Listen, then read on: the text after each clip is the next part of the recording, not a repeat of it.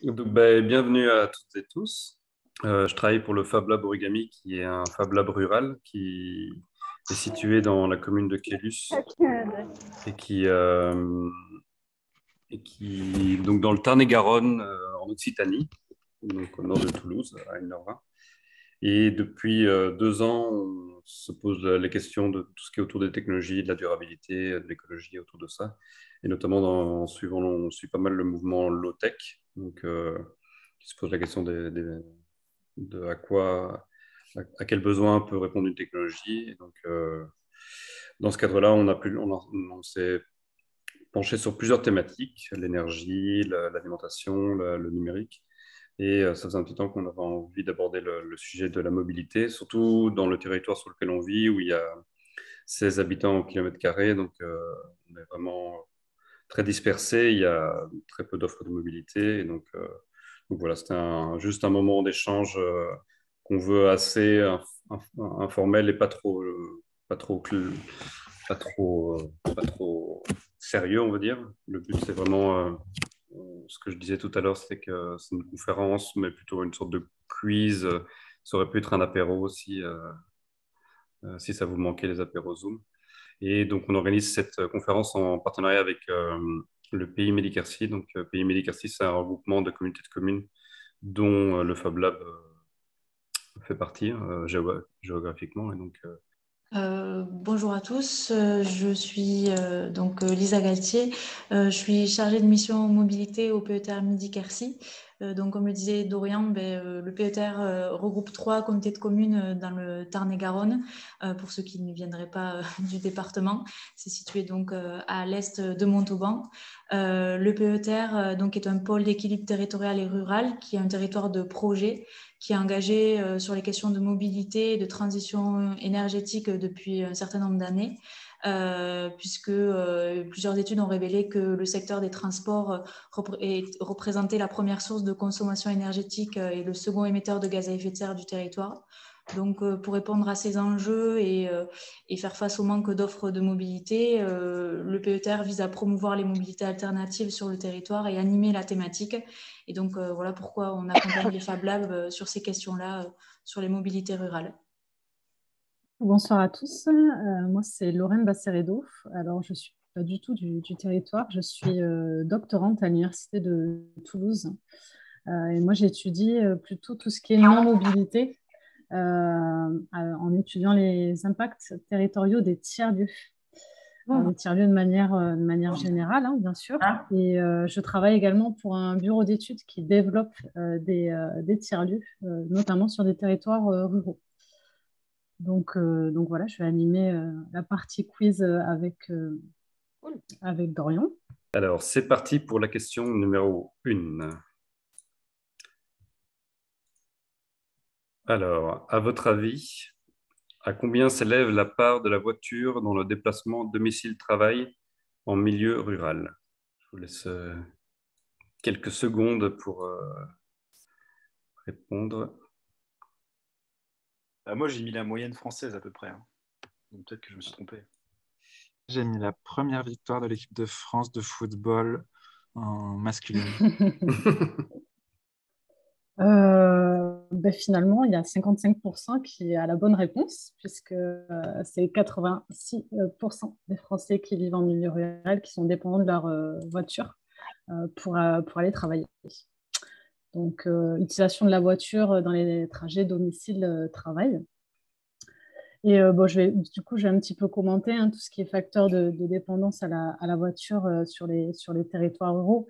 Donc, c'est vrai que la voiture, elle a été considérée comme un progrès, hein.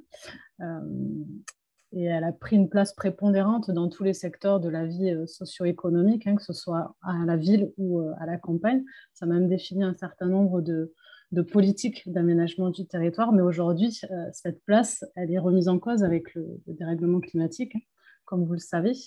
Et aussi, elle est remise en cause en termes de coûts, avec l'augmentation des prix du carburant, ce qui a donné lieu aussi à des crises socio-économiques, comme l'a illustré la crise des Gilets jaunes.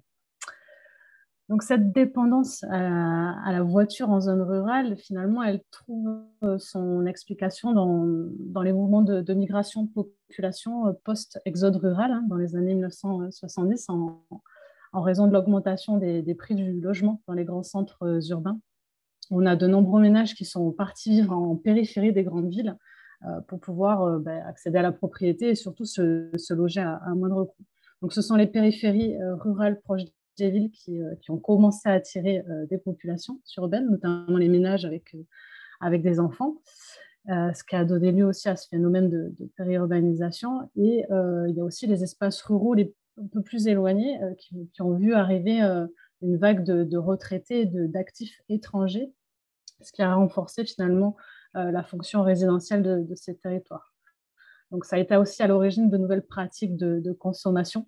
On a vu s'accroître la grande distribution en périphérie des boules et des bourgs et des petites villes.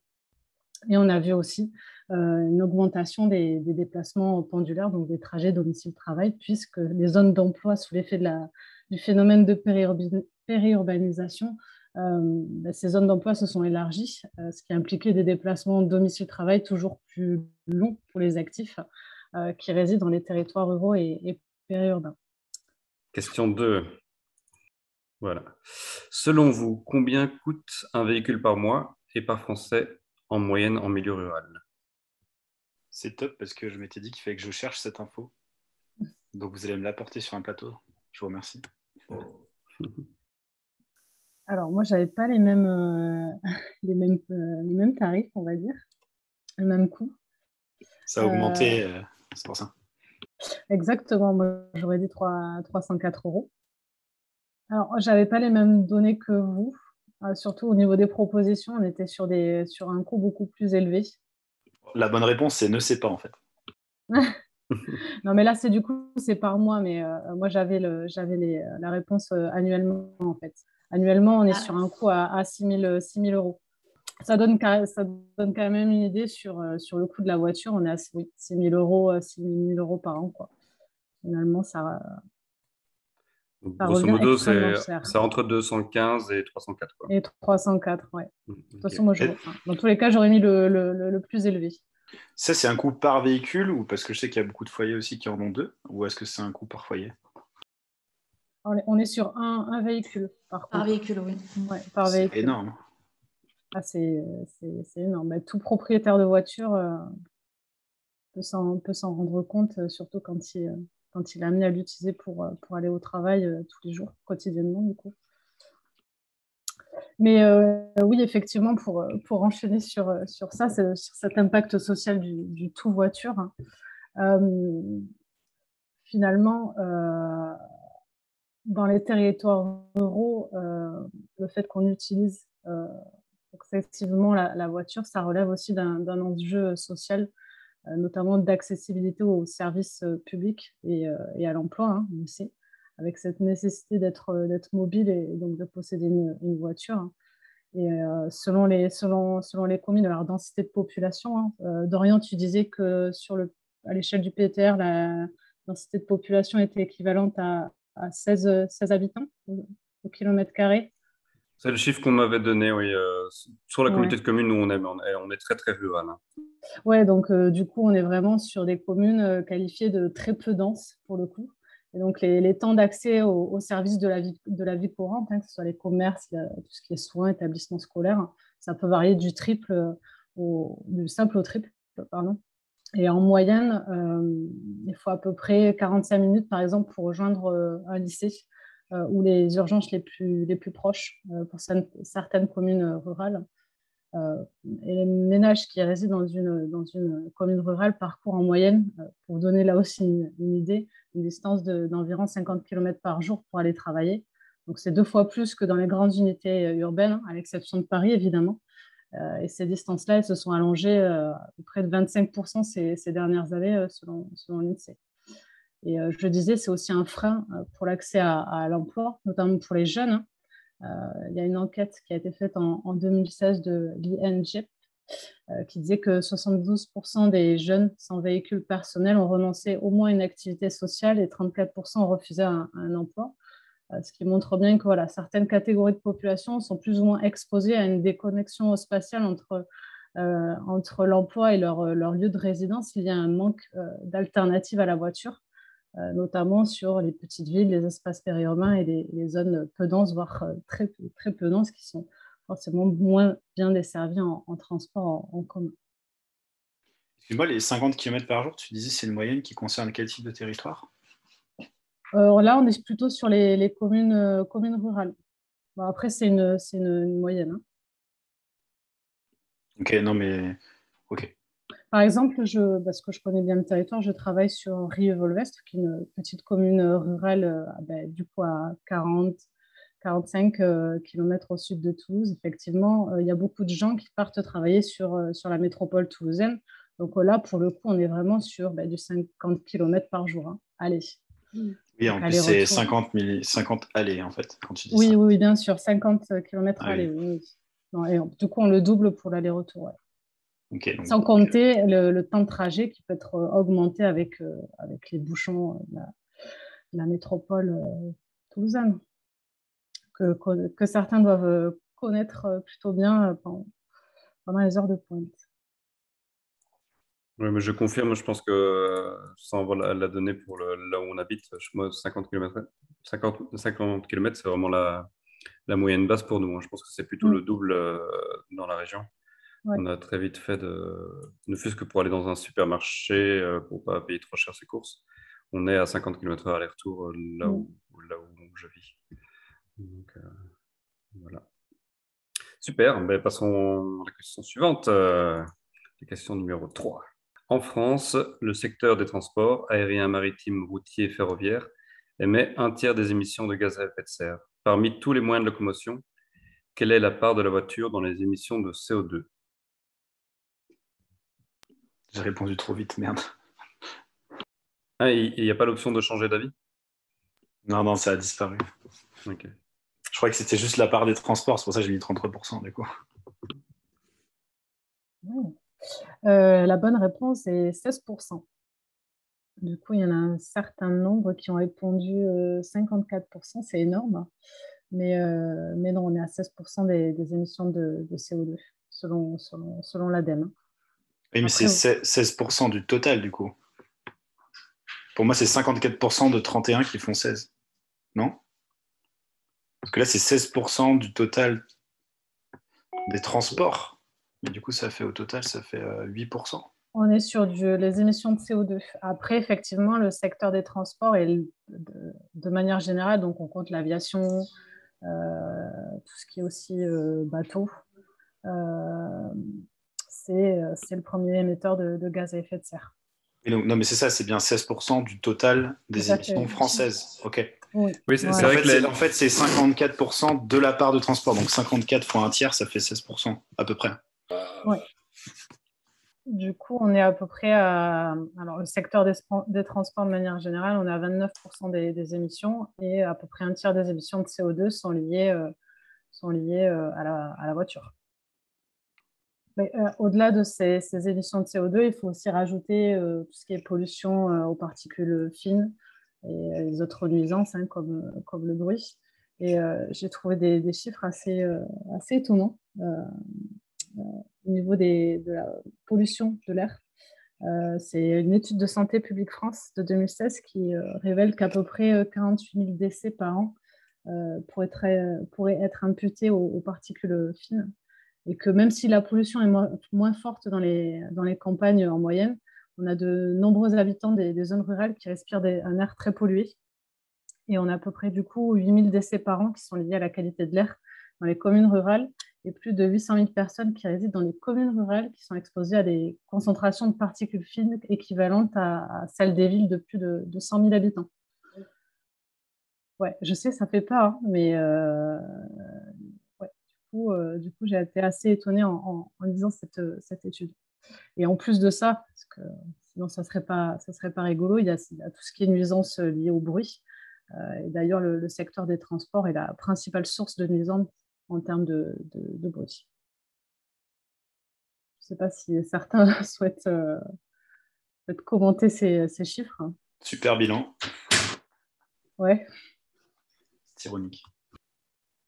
Non, mais c'est important de préciser effectivement ces émissions de particules fines parce qu'on parle beaucoup de CO2 et en fait, on se rend compte que le problème est plus complexe. Et ça permet aussi quand on parle de scooter, les gens disent ah oui, c'est plus léger donc ça pollue moins. Et en fait, oui, ça émet peut-être moins de CO2, mais ça émet encore plus de particules fines. Donc, Exactement. Quatrième et dernière question. Selon vous, quelles sont les solutions de mobilité à prioriser pour améliorer les déplacements dans les territoires ruraux? Donc là, il y a plusieurs choix possibles, hein. Vous pouvez voter pour autant de choix que vous voulez. Donc, entre autres, améliorer l'offre de transport en commun, favoriser le covoiturage, domicile-travail, développer l'autopartage, encourager l'autostop organisé, sécuriser la pratique du vélo et de la marche à pied, accompagner la mobilité des personnes réduites, encourager le télétravail quand c'est possible, ne rien changer. Autre, et vous pouvez proposer aussi d'autres choses dans le chat, hein. Allez-y. Voilà, donc en gros, d'après vous, il y a le transport en commun qui ressort, la pratique du vélo et de la marche à pied. Ensuite, il y a covoiturage, autopartage, télétravail, etc. Non, c'est intéressant, améliorer l'offre de transport en commun. Parce que finalement, tout ce qui est solution de mobilité autre que la voiture sur les territoires ruraux, ça se fait assez rare, hein, en raison de la faible densité de population et aussi de l'habitat dispersé. Et ça ne permet pas finalement de rentabiliser le coût de ces solutions-là, hein, en termes de mobilité, hein, coût d'investissement, comme les lignes de bus, comme les lignes SNCF. Mais on voit que voilà, il y a de nouvelles solutions innovantes qui se développent, hein, sur les territoires ruraux, hein. On commence à avoir pas mal d'utilisateurs de covoiturage. Il y a plusieurs plateformes qui se sont montées ces dernières années. On a aussi l'autopartage, on a le vélo. J'ai vu que sur le sondage, le vélo arrive à 85%, hein. Donc il y a vraiment une véritable demande d'utiliser le vélo. Et là où je suis un peu plus étonnée, c'est le télétravail. Bon, effectivement, le télétravail, tout le monde ne peut pas pratiquer cette nouvelle façon de travailler, hein. Ça dépend aussi de plusieurs critères. Mais ouais, assez étonnée sur la pratique du vélo qui a un intérêt fort sur les territoires ruraux. Après, ouais. Je peux faire deux remarques là quand même, parce que le vélo, si on parle de 50 km moyen par jour, ça me paraît un peu exclu. Et puis l'offre de transport en commun, bah oui, évidemment, 92%, mais celle-ci, elle coûte très cher, elle coûte cher à la collectivité, alors que le reste, covoiturage, autopartage, autostop, vélo, ça c'est gratuit. Enfin, je veux dire, ça n'a pas de coût immédiat. Tout à fait.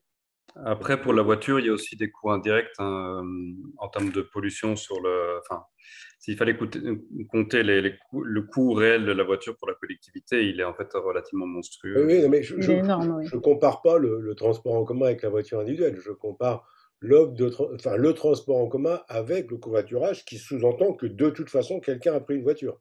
C'est juste qu'on met deux personnes ou trois dans la voiture au lieu d'un. Mais c'est pas une comparaison entre deux modes de transport. C'est juste par rapport au contexte, enfin, la question. Après, si je peux me permettre, concernant le vélo, parce que c'est mon sujet, c'est pas parce que la moyenne est de 50 qu'il n'y a pas des trajets qui sont plus petits. Ouais. Et aujourd'hui, ce qu'on constate, c'est que les gens font, même en zone rurale, hein, dans certaines zones en tout cas, pour faire 2 km, vont prendre la voiture par réflexe, quoi, hein. Mm-hmm. De toute façon, il faut des solutions multiples. Il s'agit pas. Enfin, en fait, si, il s'agit de tout cocher quelque part, hein.